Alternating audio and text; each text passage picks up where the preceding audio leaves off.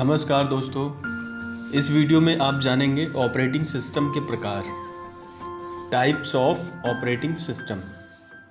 लेकिन उससे पहले हम ये जान लेते हैं ऑपरेटिंग सिस्टम क्या है।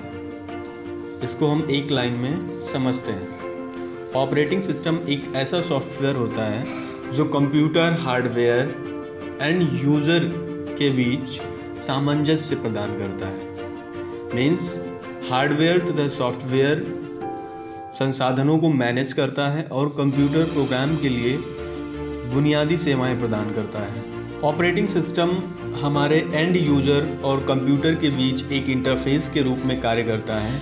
इसलिए कंप्यूटर में अवेलेबल किसी भी प्रोग्राम को ऑपरेट करने के लिए उसमें कम से कम एक ऑपरेटिंग सिस्टम होना चाहिए। यह उपयोगकर्ता को कंप्यूटर के साथ कम्युनिकेट करने में मदद करता है। बिना ओएस यूज़र के लिए किसी भी कंप्यूटर या मोबाइल डिवाइस का उपयोग करना पॉसिबल नहीं है। आगे चल के देखते हैं types of operating system. Operating system के कितने प्रकार होते हैं और उनको हम कैसे कैसे यूज़ करते हैं। तो चलिए देखते हैं टाइप्स ऑफ ऑपरेटिंग सिस्टम। तो सबसे पहले है batch OS. Batch operating system second generation के कंप्यूटर्स में यूज़ किया जाने वाला पहला ऑपरेटिंग सिस्टम था। इस प्रकार के ऑपरेटिंग सिस्टम में एंड यूज़र और कंप्यूटर के बीच कोई डायरेक्ट इंटरेक्शन नहीं होता था। किसी भी इनपुट डेटा को कंप्यूटर में प्रोसेस करने के लिए यूज़र को उसे जॉब की फॉर्म में तैयार करना था। बैच ऑपरेटिंग सिस्टम के कई एडवांटेजेस होते थे। जैसे फर्स्ट, समान जॉब को एक बैच में कर देने से ऑपरेटर के लिए जॉब सेटअप टाइम काफ़ी कम हो गया। एक से ज़्यादा यूज़र बैच सिस्टम को शेयर कर सकते थे। बैच ऑपरेटिंग सिस्टम के डिसएडवांटेजेस भी कुछ थे। एक बार जॉब को इनपुट कर देने के बाद यूज़र का उससे कोई भी इंटरेक्शन नहीं होता था। मीन्स अगर यूज़र एक बार इंस्ट्रक्शन एंटर कर देता था तो उस पर उसका कंट्रोल ख़त्म हो जाता था। नेक्स्ट, जब प्रोसेस को इनपुट आउटपुट या किसी दूसरे इवेंट के लिए वेट करना होता है तो उतने समय में सीपीयू आइडियल हो जाता है, जिससे प्रोसेस कंप्लीट होने में समय अधिक लगता। किसी जॉब की प्रोसेसिंग फेल हो जाने पर बैच की बाकी जॉब को अज्ञात समय तक प्रतीक्षा करनी होती थी। नेक्स्ट है मल्टी प्रोग्रामिंग ऑपरेटिंग सिस्टम। अगर मेन मेमोरी में एक से अधिक प्रोसेस या प्रोग्राम को एग्जीक्यूट करने के लिए रखा गया है तो उसे मल्टी प्रोग्रामिंग कहा जाता है। जब कोई प्रोसेस कंप्यूटर में रन होती है तो उसे सीपीयू टाइम के अलावा इनपुट आउटपुट टाइम की आवश्यकता भी होती है। और जब प्रोसेस इनपुट या आउटपुट कुछ अन्य इवेंट करता है जिसमें सीपीयू की कोई आवश्यकता नहीं है तो उतना समय सीपीयू बेकार बैठने के बजाय एक कॉन्टेक्स्ट स्विच लेता है और मुख्य मेमोरी में पड़ी दूसरी प्रोसेस को ऑपरेट करने लगता है। ऐसा करने से सीपीयू कभी भी आइडल नहीं रहता और बाकी प्रोसेस को भी एग्जीक्यूट करने के लिए वेट नहीं करना पड़ता है। इसके भी कुछ एडवांटेजेस हैं। Advantages of multi programming operating system, जैसे कि सीपीयू का सबसे ज़्यादा यूज होता है। दूसरा, मेमोरी में मौजूद दूसरे प्रोग्राम्स को प्रोसेसिंग के लिए वेट नहीं करना पड़ता तथा रिस्पॉन्स टाइम भी कम होता है। आज के समय की टेक्नोलॉजी के लिए बेहद उपयोगी है। इसके डिसएडवांटेजेस भी होते थे कुछ, जैसे कि अधिक प्रोग्राम को प्रोसेस करने से उसकी शेड्यूलिंग कठिन हो जाती है। मेन मेमोरी को मैनेज करना आवश्यक हो जाता है। मेमोरी फ्रैगमेंटेशन जैसी दिक्कतें सामने आती हैं। तो ये इसके कुछ डिसएडवांटेजेस हैं जिनको भी हमें ध्यान में रखना होता है। नेक्स्ट है मल्टीटास्किंग ऑपरेटिंग सिस्टम। जैसे कि नाम से भी आपको लग रहा होगा, ये मल्टीटास्किंग, एक साथ कई टास्क को परफॉर्म करना। मल्टीटास्किंग एक तरह से मल्टी प्रोग्रामिंग का ही कॉन्सेप्ट है, लेकिन इसके साथ इसमें टाइम शेयरिंग भी मौजूद है। मल्टीटास्किंग ऑपरेटिंग सिस्टम में प्रत्येक प्रोसेस को एक फिक्स्ड टाइम पीरियड के लिए एग्जीक्यूट किया जाता है। उसके बाद सीपीयू मेन मेमोरी में सेकेंड प्रोसेस को कंप्लीट करने में लग जाता है। ऐसे ही कुछ अवधि के बाद सभी प्रोसेस को कंप्लीट करते रहता है। सीपीयू की स्विचिंग इतनी तेज़ होती है कि यूज़र उसे लगता है कि सभी प्रोसेस एक साथ चल रही, लेकिन ऐसा नहीं हो सकता क्योंकि CPU एक समय में एक ही प्रोसेस को चला सकता है। अब क्योंकि प्रोसेसर इतना स्ट्रॉन्ग है कि वो सभी प्रोसेस को एक साथ संभाल लेता है, इस टाइम को टाइम क्वांटम कहा जाता है कि यूज़र को पता भी ना चले और सारी प्रोसेस को यूज़र को लगे कि सारी प्रोसेस एक साथ हो रही हैं। इस ऑपरेटिंग सिस्टम को टाइम शेयरिंग ऑपरेटिंग सिस्टम भी कहते हैं। इसके भी कुछ एडवांटेजेस हैं। मल्टीटास्किंग ऑपरेटिंग सिस्टम के एडवांटेजेस, इससे रिस्पॉन्स टाइम काफ़ी बेटर हो जाता है। दूसरा, सभी प्रोसेस को इक्वल अपॉर्चुनिटी मिलती है, एक साथ कई प्रोसेस कंप्लीट हो जाती है। नेक्स्ट हम बात करते हैं डिस्ट्रीब्यूटेड ऑपरेटिंग सिस्टम की। जब कई सारे कंप्यूटर्स किसी नेटवर्क के माध्यम से आपस में इंटरकनेक्ट होकर एक दूसरे से टास्क शेयरिंग करते हैं। टास्क मीन्स कोई भी एप्लीकेशन जो परफॉर्म हो रहा होता है, तो उसे डिस्ट्रीब्यूटेड सिस्टम कहा जाता है। ये ऑपरेटिंग सिस्टम कई रियल टाइम एप्लीकेशंस और मल्टीपल यूजर की सेवा के लिए कई सेंट्रल प्रोसेसर का उपयोग करते हैं। प्रोसेसर विभिन्न प्रकार की communication line means high speed buses और टेलीफोन लाइंस का यूज करके आपस में कम्युनिकेट करते हैं। इन कंप्यूटर के बीच CPU और मेमोरी को छोड़कर बाकी सभी रिसोर्सेज साझा किए जाते हैं। इसलिए इस ऑपरेटिंग सिस्टम को लूजली कपल्ड सिस्टम भी कहा जाता है। So distributed operating system, there are 2 types. Client server system, client server means एक सर्वर होता है जिससे कनेक्टेड कई सारे कंप्यूटर होते हैं, जिसे क्लाइंट बोलते हैं। And peer to peer system. Distributed operating system के एडवांटेजेस क्या हैं, आइए देखते हैं। सो यूजर आसानी से आपस में रिसोर्सेज को शेयर कर लेते हैं। डिस्ट्रीब्यूटेड सिस्टम में ये एक सुविधा होती है कि किसी भी कंप्यूटेशन को कॉन्करेंटली रूप से चलाने के लिए वेरियस साइट्स को कंप्यूटेशन डिस्ट्रीब्यूट कर सकते हैं। अगला है किसी नोड के पास ज़्यादा काम आता है, मीन्स अगर कोई भी नोड है उसके पास बहुत ज़्यादा वर्क है तो उस वर्क को किसी दूसरे नेटवर्क से कनेक्टेड सिस्टम को शेयर किया जा सकता है। तो डिस्ट्रीब्यूटेड सिस्टम उस लोड को नेटवर्क के दूसरे नोड्स को शेयर कर देता है। इसके डिसएडवांटेजेस भी हैं। अगर मेन नेटवर्क फेल हो जाए तो इससे सभी कंप्यूटर्स का कम्युनिकेशन टूट जाता है।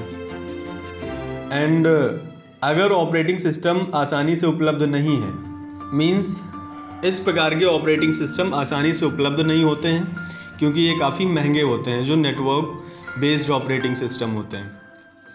इनके अंडरलाइंग सॉफ्टवेयर अत्यधिक जटिल हैं और उन्हें अभी तक अच्छी तरह से समझा भी नहीं गया है। सो हम नेक्स्ट बात करते हैं नेटवर्क ऑपरेटिंग सिस्टम की। इन ऑपरेटिंग सिस्टम में एक सर्वर होता है जिससे कई दूसरे क्लाइंट्स कंप्यूटर जुड़े होते हैं। नेटवर्क ऑपरेटिंग सिस्टम इस सेंट्रल सर्वर को बाकी सभी क्लाइंट्स कंप्यूटर को डेटा, सिक्योरिटी, एप्लीकेशन और अन्य नेटवर्किंग फंक्शंस को मैनेज करने की क्षमता प्रदान करता है। इसके भी कुछ एडवांटेजेस हैं, जैसे एक ही सेंट्रल सर्वर से बाकी कंप्यूटर्स को हम कनेक्ट कर लेते हैं। मीन्स हमारा जो सर्वर होता है वो एक जगह स्थित होता है, क्लाइंट्स को हम कहीं भी सभी कंप्यूटर्स की सिक्योरिटी को सेंट्रल सर्वर के माध्यम से कंट्रोल किया जाता है। एंड नेक्स्ट, कंप्यूटर में अगर कोई नई टेक्नोलॉजी, सॉफ्टवेयर या हार्डवेयर को अपडेट करना है तो हम कर सकते हैं, उसको सेंट्रल सर्वर पर अपडेट कर देंगे और वहाँ से सारे क्लाइंट्स पे वो अपडेट हो जाएगा। इसके डिसएडवांटेजेस भी हैं। इनके भी सर्वर जो होते हैं वो काफ़ी महंगे होते हैं एंड यूज़र को पूरी तरह से सर्वर पर डिपेंड रहना होता है कि अगर सर्वर चल रहा है तभी हम आगे क्लाइंट्स पे काम कर पाएंगे, अदरवाइज़ हम कोई वर्क नहीं कर पाएंगे। सेंट्रल सर्वर को मेंटेन करना, अपडेट करना, ये सबसे ज़्यादा ज़रूरी होता है नेटवर्क ऑपरेटिंग सिस्टम में। नेक्स्ट है रियल टाइम ऑपरेटिंग सिस्टम। इन ऑपरेटिंग सिस्टम्स में CPU का रिस्पॉन्स टाइम बहुत महत्वपूर्ण होता है। इस प्रकार के ऑपरेटिंग सिस्टम रियल टाइम में काम करते हैं, मीन्स इनपुट को प्रोसेस करने और रिस्पॉन्ड देने में लगने वाला रिक्वायर्ड टाइम बहुत कम होता है। रियल टाइम सिस्टम भी 2 प्रकार के होते हैं, हार्ड रियल टाइम OS, एक सॉफ्ट रियल टाइम OS होता है। रियल टाइम ऑपरेटिंग सिस्टम के एडवांटेजेस क्या हैं? डिवाइस और सिस्टम का अधिकतम उपयोग होता है। इस प्रकार के सिस्टम में मेमोरी एलोकेशन को बेहतर मैनेज किया जाता है। इसके प्रोग्राम का साइज़ कम होने के कारण RTOS का उपयोग ट्रांसपोर्ट जैसे एम्बेडेड सिस्टम में भी किया जाता है। इसके कुछ एडवांटेजेस भी हैं। एक समय में बहुत कम टास्क को चलाया जा सकता है। कभी कभी सिस्टम कंपोनेंट्स इतने अच्छे नहीं होते हैं और वो महंगे भी होते हैं। इनकी एल्गोरिथम को समझना एक सिस्टम डिज़ाइनर के लिए काफ़ी मुश्किल हो जाता है। So next, time sharing operating system. Time sharing operating system जिसमें हर एक प्रोसेस को एग्जीक्यूट होने के लिए फिक्स टाइम दिया जाता है। उदाहरण के तौर पर हम लेते हैं कि जैसे एक सिस्टम से कई यूज़र कनेक्ट हैं तो प्रत्येक यूज़र CPU का यूज़ करने के लिए आपस में टाइम शेयर करेंगे। यदि एक यूज़र के लिए CPU यूज़ करने का समय 2 सेकंड है तो सिस्टम 2 सेकंड बाद दूसरे यूज़र को अपने आप उपलब्ध हो जाएगा। सो ऐसे ही अन्य यूजर्स के लिए की तरफ टाइम बढ़ता चला जाएगा। इस तरह से यूजर्स बिना वेट किए CPU का यूज़ कर लेंगे। इन ऑपरेटिंग सिस्टम्स को हम मल्टीटास्किंग ऑपरेटिंग सिस्टम भी कहते हैं। इसकी कुछ एडवांटेजेस हैं। सभी प्रोसेस को एग्जीक्यूट होने के लिए स्पेसिफिक टाइम मिलता है। टास्क स्विचिंग का समय बहुत कम होता है जिसमें दूसरे टास्क को कम समय इंतज़ार करना पड़ता है। यदि किसी टास्क की प्रक्रिया पूरी हो जाए तो बाकी टास्क के बीच निर्धारित समय बढ़ जाता है। इसके कुछ डिसएडवांटेजेस भी होते हैं, जैसे कि अधिक संसाधनों की खपत करना, इसलिए इसे विशेष ऑपरेटिंग सिस्टम की आवश्यकता होती है। टास्क स्विचिंग कभी कभी कठिन हो जाता है क्योंकि सारे यूजर्स और एप्लीकेशन चल रहे होते हैं तो वहाँ पर सिस्टम हैंग भी कर सकता है। Multi processing operating system. Multi processing system means जैसे ज़्यादातर कंप्यूटर सिस्टम ओनली एक प्रोसेसर या CPU का यूज़ करते हैं, लेकिन मल्टी प्रोसेसिंग ऑपरेटिंग सिस्टम में मल्टीपल प्रोसेसर्स को यूज़ किया जाता है। इन सिस्टम के पास पैरेलल में काम करने के लिए कई प्रोसेसर होते हैं जो कंप्यूटर, क्लॉक, मेमोरी, बस, पेरिफेरल डिवाइसेस एटसेट्रा को आपस में शेयर करते हैं। ये भी 2 तरह के होते हैं, सिमेट्रिक मल्टीप्रोसेस एंड असिमेट्रिक मल्टीप्रोसेसर्स।